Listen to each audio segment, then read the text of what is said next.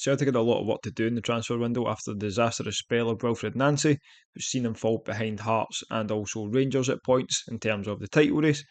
And I think they wanted to spend more in the summer, so fans were already disgruntled at how the summer window went and not bringing in another striker, Iheanacho being an afterthought after the window had already closed. So there was a lot of work to be done, but how much work did they actually get done? Their latest signing was of Julian Araujo, who came in as a right back. Not sure it was a position that Celtic fans would have focused on first, but with the injury to Alistair Johnson, it does seem like one that made sense, and he has impressed since he came in so far. The data on the screen is the data for his time at Celtic, so he's played just around 300 minutes, a few appearances here. You can see how well he ranks in terms of his passing of the ball, passes the final third and progressive passes as well.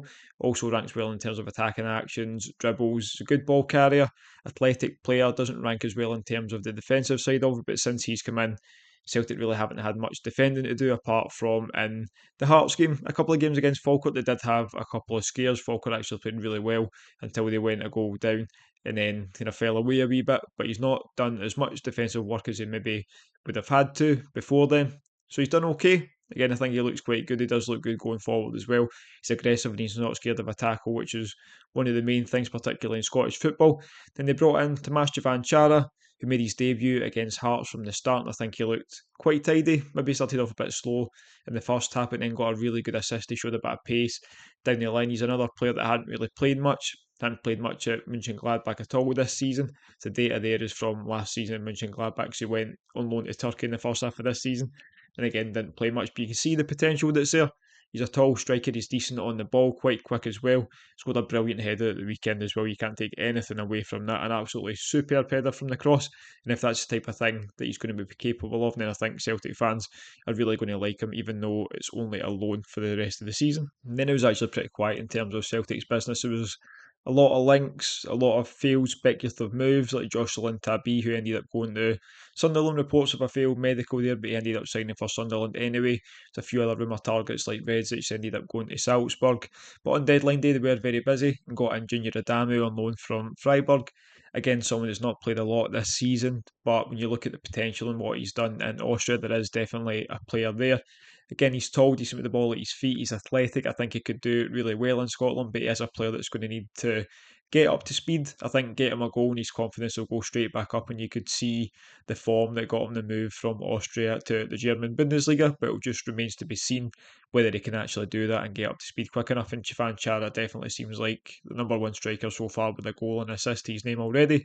And Julian also come in as well from Lorient. Again, another that's not really played much, but if you get the player playing to the capabilities that he's capable of, then I think he could be a really good signing. Done well at Bodo Glimt, more playing it as a winger, but at Lorient, he's played as a right mid and a three.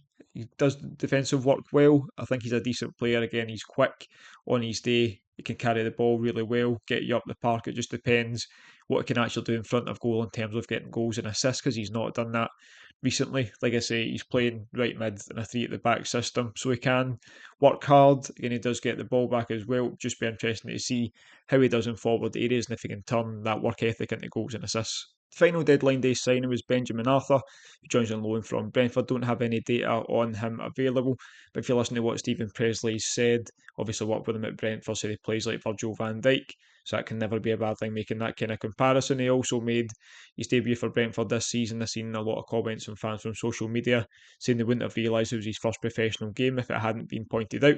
So I think that's a good sign for Celtic. It's interesting that they cut off the loan of a player they weren't playing in Simpson Pussy from Manchester City and then bringing another loan player. So we need to see if Arthur gets the game time, but he does sound promising. It will just be interesting to see how he does in these 6 months that he's got at Celtic Park. Then we'll just move into some outgoings. So no permanent sales this window.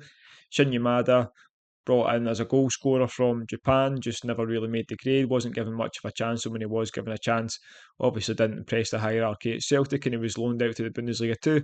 Johnny Kenny was one that surprised me. I think he'd done decent in the semi-final at Hampden.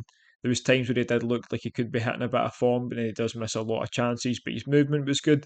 He's still relatively young in terms of being a striker, but they obviously just wanted him to go and get that game time when he's been loaned out to Bolton. Stephen Welsh was back for one game and then loaned out to Motherwell. I think the Benjamin Arthur deal allowed him to go back to Motherwell, where he's been playing really well. I don't know if when he comes back in the summer if he's going to have a future at Celtic, but he's been excellent for Motherwell and their fans will be delighted. And then Inamura, another one that's signed from Japan that's just really not hit the ground running in terms of how Kyogo and Hatate done. So he's been loaned out as well to try and get some more game time. So how do you think the window went, Celtic fans? Do you think you've done enough? Has Martin O'Neill got enough there to be able to push on and actually win the title? I know Alex Oxlade-Chamberlain is linked and that deal is set to be close, but we'll have a separate short video out then that will explain his data, talk through what he could add to the team, and you'll just see where it can go from there. But again, please leave some comments down below. Do you think you have enough to win the title? Do you think you had to do more? Are you excited by any of the signings? Who do you think the best signing of this window has been? And please, as I've said previously, I'm going to do all the teams in the league. So if you do enjoy this content, don't forget to like and please subscribe and have a great day.